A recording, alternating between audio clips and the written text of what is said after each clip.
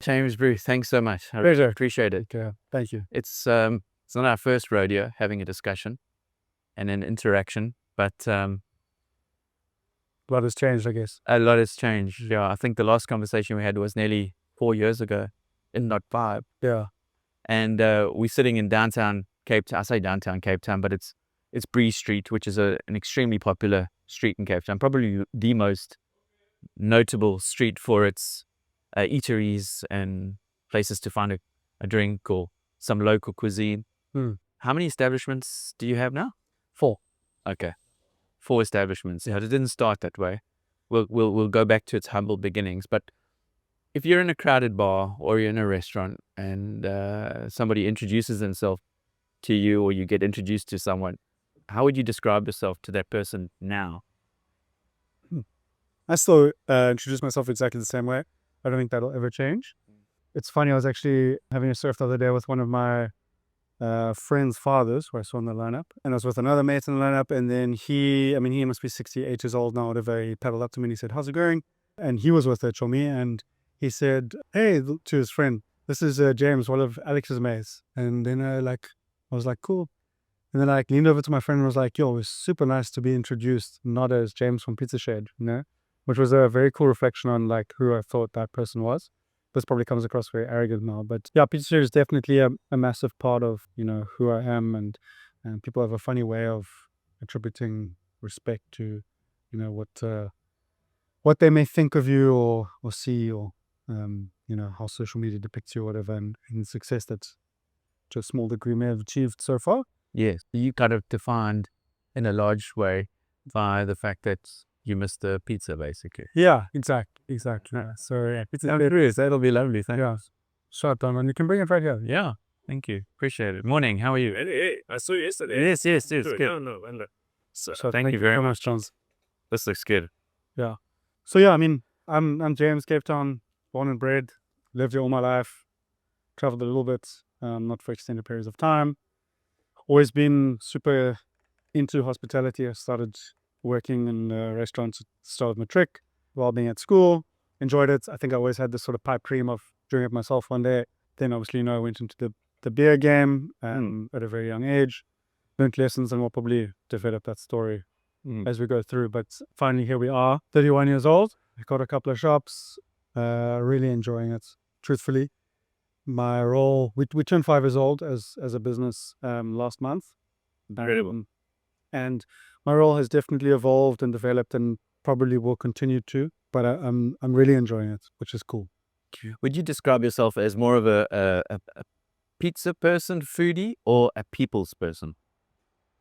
I think a pizza person and a foodie. That's a good question, because it's so important to be a people's person, especially if you're going to be a host. But I've always actually been a little bit shy when it's my own product.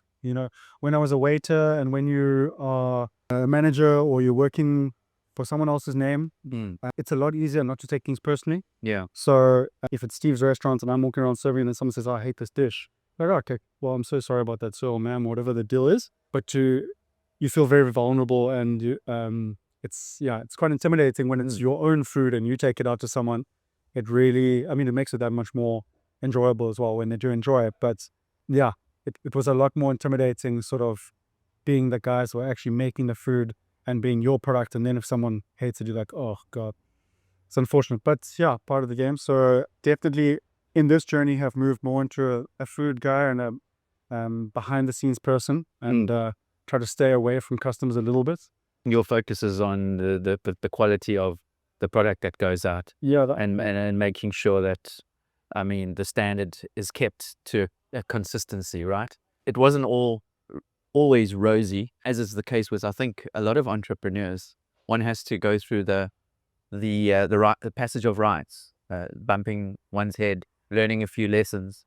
And I think that's where we last had a conversation, and kind of centered around, I think, both of us being at a pretty low point in a period when the world went through the pandemic, and a lot of people, and I think I speak on behalf of you and I, like, had to reinvent themselves almost. And I think that's kind of what happened. Can we talk about your first sort of toe dip into entrepreneurship with the beverage industry?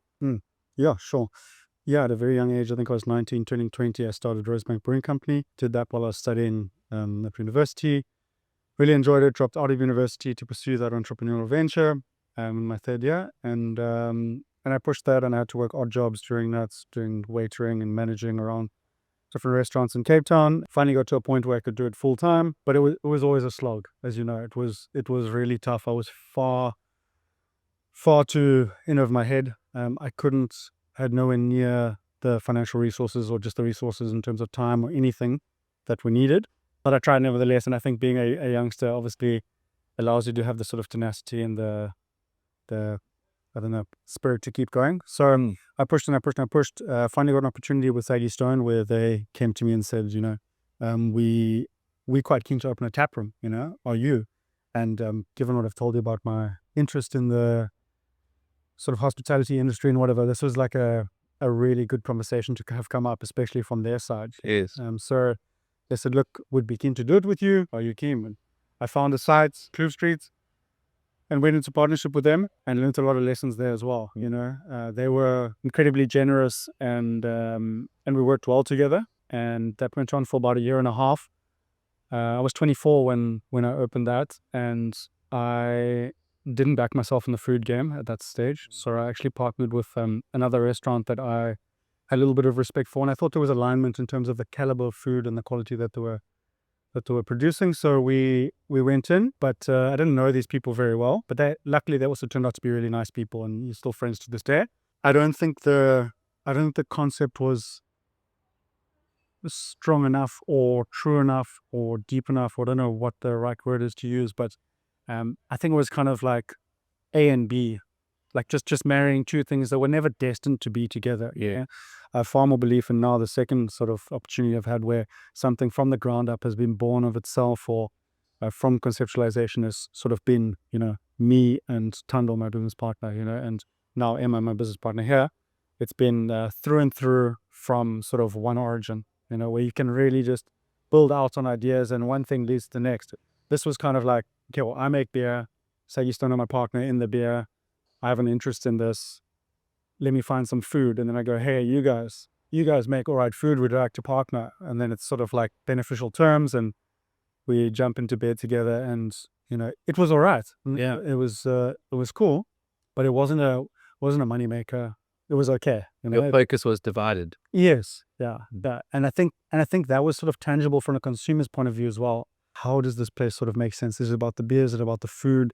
Is it Italian? Is it not Italian? What is the story here? So after about 8 months with these guys, we actually went separate ways. The business wasn't making money. It wasn't losing money either, but it wasn't, to be in this industry and not making money, then it'd be an idiot, because it's a lot of work. So went our separate ways, and I took it on sort of by myself. Hired a head chef that had worked with me previously at another restaurant, and then he came in and brought sort of more of my ideas, but execution. Is a far better chef than I am at a higher level, and things started to get quite a bit better, although the angle sort of changed into quite nightlife here as well. And this is where I sort of learned more. That's again held me in a good position now, where I know, or I'm clearer as to what I'm trying to achieve from a concept. Because at that place we then had good beers, good food, but then a lot of DJs and stuff as well. And again, people were like, is this a vibe spot? Is this a beer place? Is this a food spot? What is the identity of this place? I think we sort of struggled for an identity again. Okay. So that was on the books, not looking too bad, for the next 10 months. And then we got to COVID-19, where I'll never forget like the weekend of, it breaking out all over the world in Wuhan and whatever. We had people like with DJs playing at Unfiltered and like Corona, like drinking Coronas, and we thought it was going to be a big old laugh.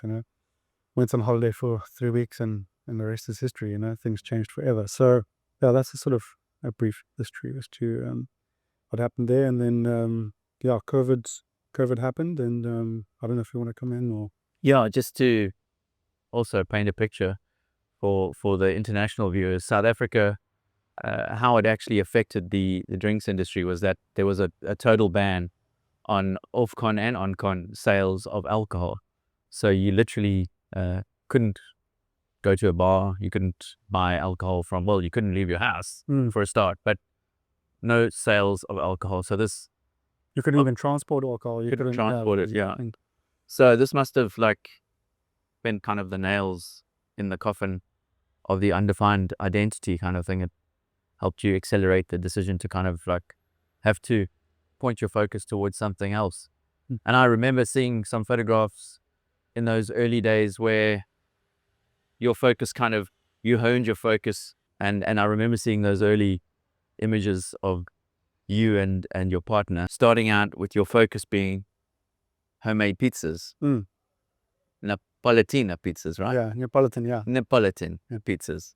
And it happened in a shed. Yeah, no, exactly that. Yeah, I mean, as I said just now, it was a 3-week holiday that I was actually incredibly excited for, because I've been grinding incredibly hard, harder than I work now. That stage in my life was genuinely the hardest I've ever worked. I was doing too much, if I'm perfectly honest. I was not sleeping. My girlfriend at the time was not seeing me. She's my wife now. She was not seeing me. Sometimes I was sleeping 3 hours a night. The next night, 4 hours. And not because of jawling, literally because of closing early in the morning and then opening early in the morning. Slinging pies. No, at Unfiltered. So it was like Okay. DJ night, and then come home late, and then an event on the Sunday morning. And then it was hectic.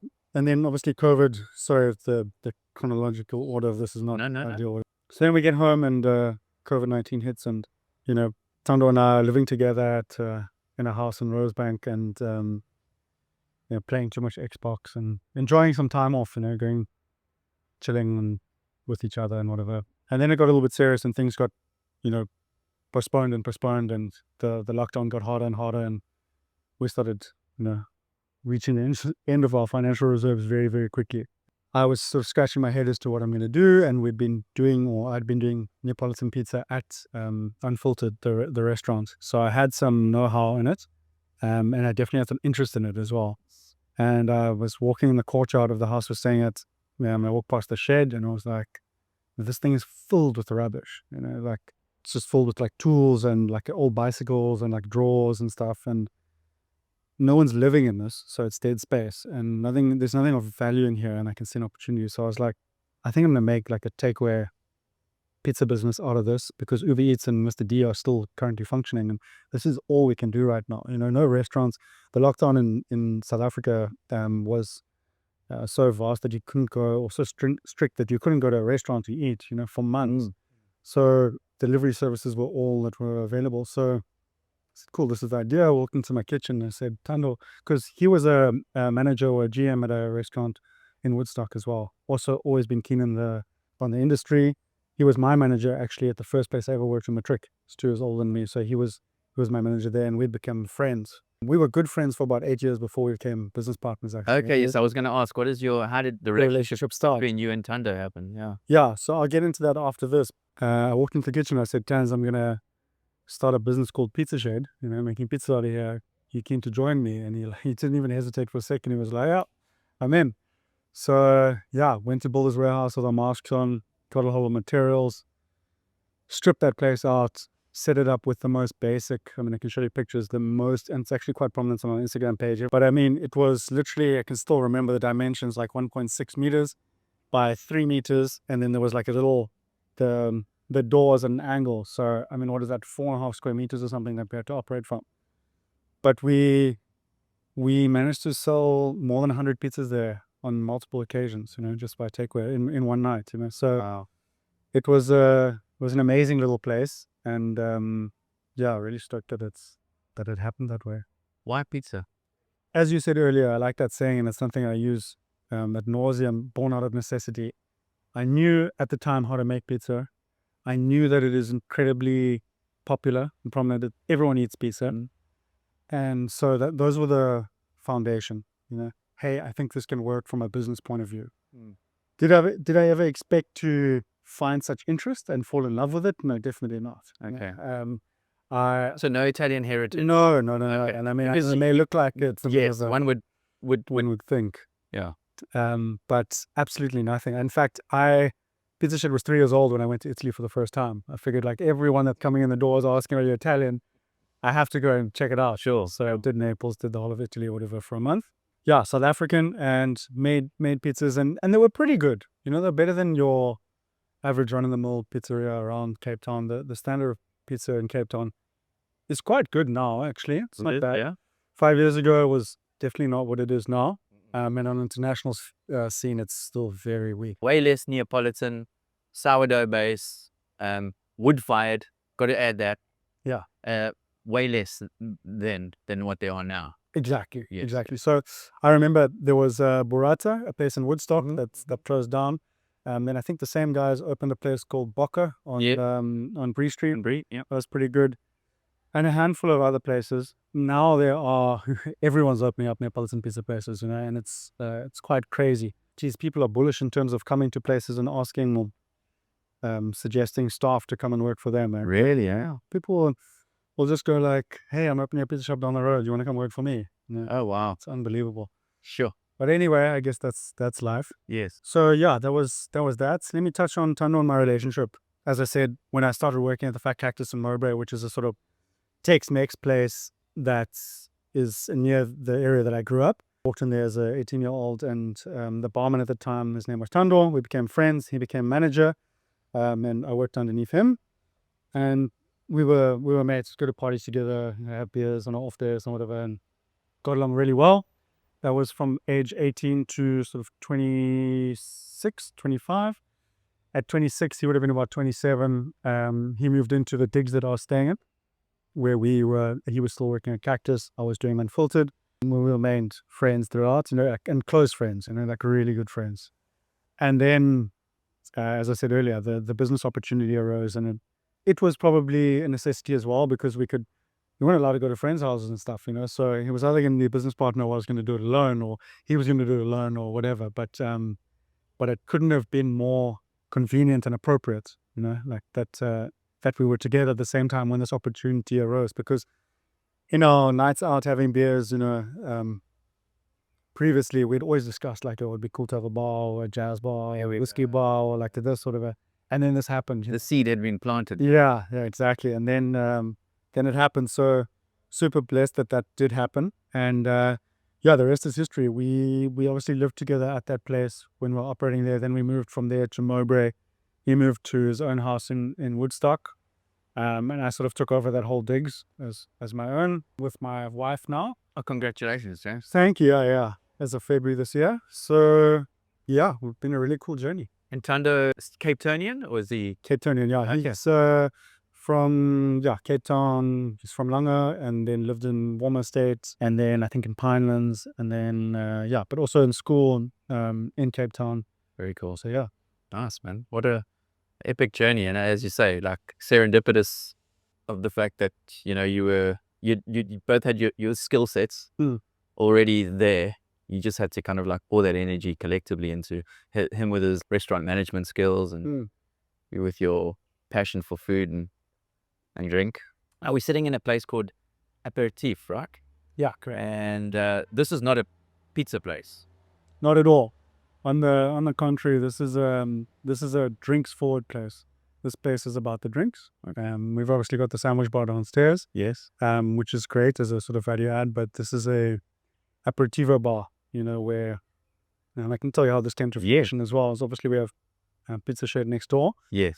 Bree Street, and thank goodness that's a small shop first and foremost. It's a very small shop, and it's a very busy shop. Is it your busiest? Yes. Yeah. This place is it's full of tourists. It's a great little shop. So for years, ever since opening in summer, we've got a waiting list, and sometimes that waiting list is pages long. Wow. People are always like, where can we go for a drink in the interim? So we would send them down to Seabreeze, which is a little bit further down the road, and they'd have drinks there and whatever. And at the time, there was a place called Movie Bar here, which was a sort of nightclub.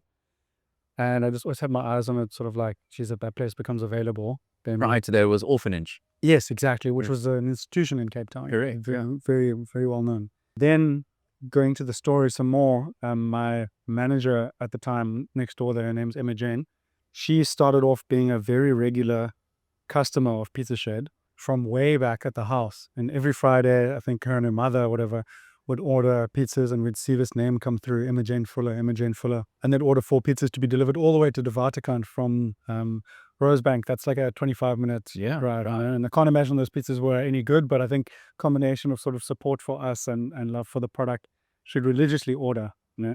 And then I'll never forget opening here. On our opening night, we expected to be busy. We were optimistic, but we didn't expect the reception we got. It was myself in the kitchen and 2 other people that were incredibly underprepared and underskilled and inexperienced. And at the deep end. In the deep end properly. We were still operating on like a small oven, because even when we opened here, we had such limited financial resources that we had like what would be called, you'd have it in your garden. If you had a big enough garden, you'd have like a little recreational wood oven, not the commercial thing that we have now. So we opened there. My wife was the whole front of house. And then now on a busy day, we have 2 barmen and 5 waiters and a manager. She was alone there with 1 barman. But I think about 20 minutes into service, every single chair and table was full, and a waiting was probably starting to build up. And she just came to the kitchen and she's crying and I'm swearing, and it's just absolute chaos. And then immediately we just got in hiring.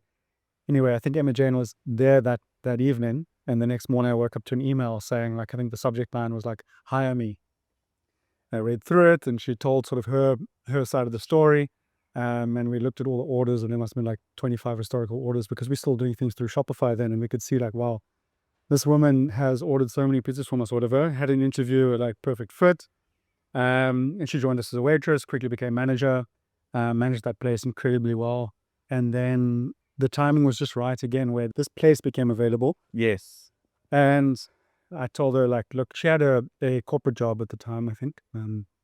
And I said, look, I'm thinking of taking this over. Would you like to come in on a bigger capacity as a sort of junior partner? Yes. And she thought about it for a while and then said, yeah, cool, let's go. And so, she's now a partner here and running this place. It's mainly her. Incredible. Which is, yeah. Yeah. So she's got an active role Yes, yeah. in the business, which again, I think with the amount of plates that you're spinning is perfect for it to have an operational role in the business. And kind of like, because I think you'd be spinning an extra few more plates if you had to do it all yourself again. No, definitely. I'd be lying, and I think most people would be lying if they said you can manage, 4, 5, 6, 7, 8 restaurants by yourself. You're not going to do it, And it's a major learning that we've all had, is that like the team that you build around you is obviously how quickly you can grow and how good of a product you can offer. If you've got people that care and give a shit in your kitchen, in your front of house and whatever, the world's your oyster. You can do anything. But if you've got people that are looking to cut corners, and the minute you're not there, they're like, I don't care, whatever. You're never gonna achieve. How do you instill that sort of ethos within your team? I think being selective about who you hire. And there's always like a trial and error. You hire people, and I think as quickly as possible try and ascertain like the why. Why do you want to work here? Is it because the salary is better than the last place, or is it because you buy into the vision and you actually want to be like a pizza maker, or you have pride in your work? Because money will only take you so far, in my experience. And beating your previous paycheck is maybe a formality that you need to do. It's never going to sustain you forever. And what I can say is, in all of our shops, this included, this in the bar, we've got people that are incredibly proud of what they send out. They're going to send out like shit. Yeah, it's a manifestation of them. Exactly. Whatever they want to be proud of, like, even though this may be just a margarita or a whiskey sour or a Negroni or whatever, like the spirits that we've used and how it's been curated and how it's been presented and my method and whatever, you'll be able to taste. And in our kitchens, we're lucky to have people that have fully bought into the idea of Pizza Shed, and it's always been the goal since we opened to be the best pizzeria in Cape Town. then hopefully the country. And that term gets thrown around loosely. I'm not gonna claim it or say that we're not. As long I think I know what good is, our chefs know what good is, and if we're sending out what we think is good, if there's someone else better than that, that's fine. But like the best that we can be is something that we try and attain every single day, and to also constantly get better. Because if you look at our pizzas from 5 years ago and you look at them today, they're definitely better today. And Yeah. and that's the goal. Yeah, I think you've instilled in them a focus on honing their skills and being proud of the fact that they become extremely valuable when they're really good at something that they've chosen to, and at what they're passionate about, essentially, like food and drink. So, and you're more than happy to pay a little bit more, knowing full well that the product that you're going to receive or the, the quality of it is right up there. And I think that not only with the pizzas, but with this bar, I've not had a drink here yet, but I've had one of your sandos yesterday, and I think you're achieving that, which is fantastic. Awesome. Sure. Yeah. Cape Town. What do you love about this city? I mean, it's not difficult, but like for you personally, you don't strike me as the guy who goes out on the party every weekend, and that you kind of dial into nature. You enjoy animals. I know you've got a Rottweiler that he's passionate about, and you enjoy surfing. So yeah, sorry, I'm putting words in your mouth. No. What is it about Cape Town? Yeah, great question. I think it's a sort of culmination of everything, which is probably too vague, but I'd say we've got everything that I could ever want from a place that I could call home, or even to travel to. Went on honeymoon recently to Greece and traveled around there, and Italy and Mozambique and whatever. And the travel that I've done has been awesome. I really liked Italy. I really liked it. But this place really, and maybe I'm biased. I'm sure I'm biased, but it's got everything. Apart from cold water, it's got nature everywhere you look, and sort of versatile nature. You've got your West Coast, which is untouched, barren, raw, hectic, like uncompromising. Walk around, see dead seals on the beach, and it's like it's tough to live out there, and you can see it from the vegetation that everything suffers out there. And then you've got the East Coast, which is a lot more mild. You've got tremendous value when it comes to the quality of restaurants, food, drink, events, social places to go and socialize. What it costs to enjoy the lifestyle that we have here overseas it's unbelievable. And then also that we're still not that busy compared to other places. Like any good restaurant in Italy, if you're there during a peak season of June, July, August, or whatever, you're going to wait in a queue for an hour to get dinner, which, yeah, I don't care how good the restaurant is, like that's an inconvenience, especially if you're only there for a little while. So I think it's like, what's not to love about Cape Town? There's such a good quality of just about everything, from our wine, a lot of good beer, food, drink. Yeah, and it's a cultural melting pot. Yeah, as every major city in the world is, Cape Town, I think, feels more as well, because kind of everything happens in this bowl, but beneath Table Mountain kind of thing, in terms of like foreigners visiting and all the restaurants. I mean, you come here on the first Thursday of every month. This road is sort of gentrified, right? Yeah. It's like people can walk up and down here, no cars allowed. It's like a market vibe. There's live music playing on the street. It's a real like carnival atmosphere. Yeah. Paired with really good food and drinks. As you say, what you'd pay for something in Tokyo or New York or Los Angeles, you'd probably pay half, if not less. Yeah, I think a fraction. And of a equally high standard as the top end restaurants, if not better in some instances. Yeah, definitely. I mean, it's been rated as one of the top food destinations in the world. I know you don't chase accolades because you do it for the love and the passion. It's very clear to see that, but any accolades? Yeah. Recognition? I think the most important thing to me is getting recognition from people that actually know. If I see chefs around Cape Town eating our product and enjoying it, it means a lot more than getting a accolade from what's often a bought out or corrupt sort of form of recognition. Because there are plenty of like wineries that will come to you and say like, hey, list our wine, and then you by default are entered into a competition where you can be best pizzeria in South Africa. Oh, right. But I mean, that is completely corrupt in my opinion, because if you don't list the wine, you're not even considered in the recognition. So that kind of thing really frustrates me. I think there's a couple of global things, like there's a thing called 50 Top Pizza that would love to be considered on one day. It's an international thing, although Africa doesn't get much of a footprint when it comes to international things. I think Eat Out have recognized us. What definitely means the most to me is to have people that I know. Cape Town is also a very small place. You know, we're love it or hate it for that. It's a very small place. Everyone kind of knows everyone, especially in the food scene. You know, if I see someone walking here and they're the head chef at, you know, Fane or the Waterside or Bo Constantia or whatever. know they're here. I know who they are. And they probably don't know who I am because I'm not like one of them. But if I see them in the shop, I'm very glad that they're choosing to spend their money at our shop. And that says enough for me, you know. So Yeah. That's validation in itself. 100%. And then if you see them there again, you're like, okay, cool, now we'll do something. Well, sometimes they'll become a regular and you're like, now we're winning, you know. Awesome, bro. Yeah. So what's next? So I'm assuming at the Bree, just going back slightly, the Bree Street shop pizza shed was your first outside of the shed itself? No. So we went from the shed. You went to Mowbray. Yes, to Mowbray. Yeah. Yes. So just next to the train station in Mowbray, we had this really ugly little place that we started at, and that was our first commercial premises. Yeah, it was cool for what it was. It was supposed to be a dark kitchen only.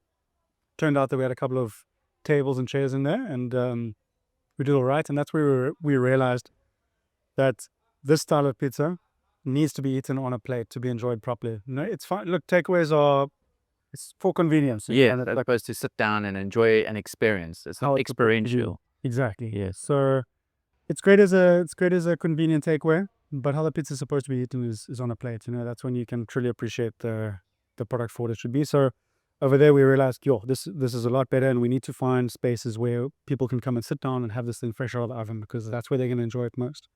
So from there we found Bree Street, opened up here, and that's where our business model sort of shifted from 80% takeaway and 20% sit down to 80% sit down, 20% takeaway. And everything was better about that whole scenario, from bottom line to experience to feedback to everything, you know. And we haven't really looked back since then.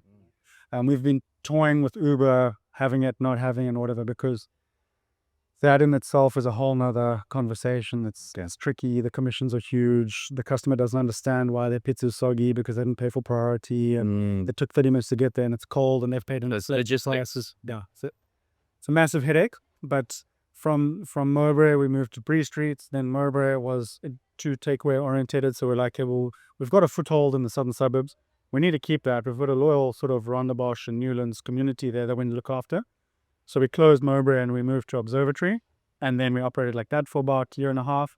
And then just over a year ago, we opened in the Deep South in St. James, which has also been a cool little store. So I don't know if we're in a rush to open a whole lot more stores. You know, we'll expand as quickly as the quality doesn't compromise or deteriorate.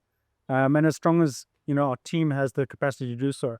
If we have people in our team that want to grow with us and we can offer them that opportunity, cool, we'll do that, sharp.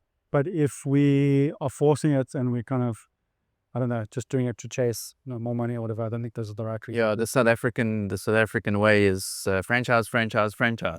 Yeah, exactly. And I don't know, I'm not saying it's the wrong way. Yeah. But if it feels right to us, we'll do it. At the moment, we're not actively looking to go mad. You know, we've bought a trailer now and we'll start doing some events and stuff. But cool. Yeah, I think we're happy where we are now. Awesome, Rick. Yeah. That's amazing. Yeah.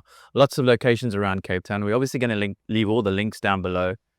Share some love on Instagram, go to the website, order a pizza, come in to the restaurant, make a booking, and come and actually taste the food. Come into the restaurant, because that's where you'll have a good experience, you know.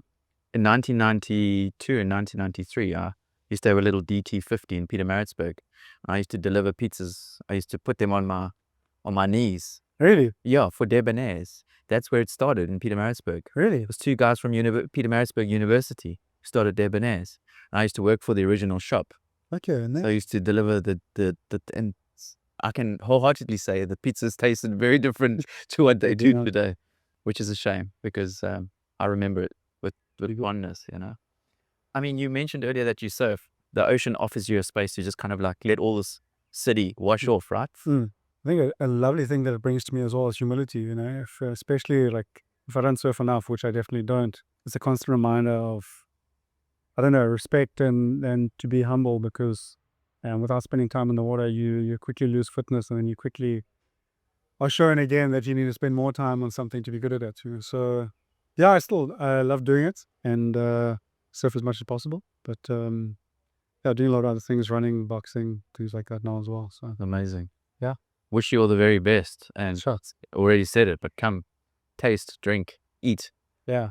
Wish you all the best. And thanks for making time. Lekker. Shot. And yeah, long may you grow your empire. Thank you. And to you, bro. Thank you. Enjoy Japan. Lekker. Appreciate it.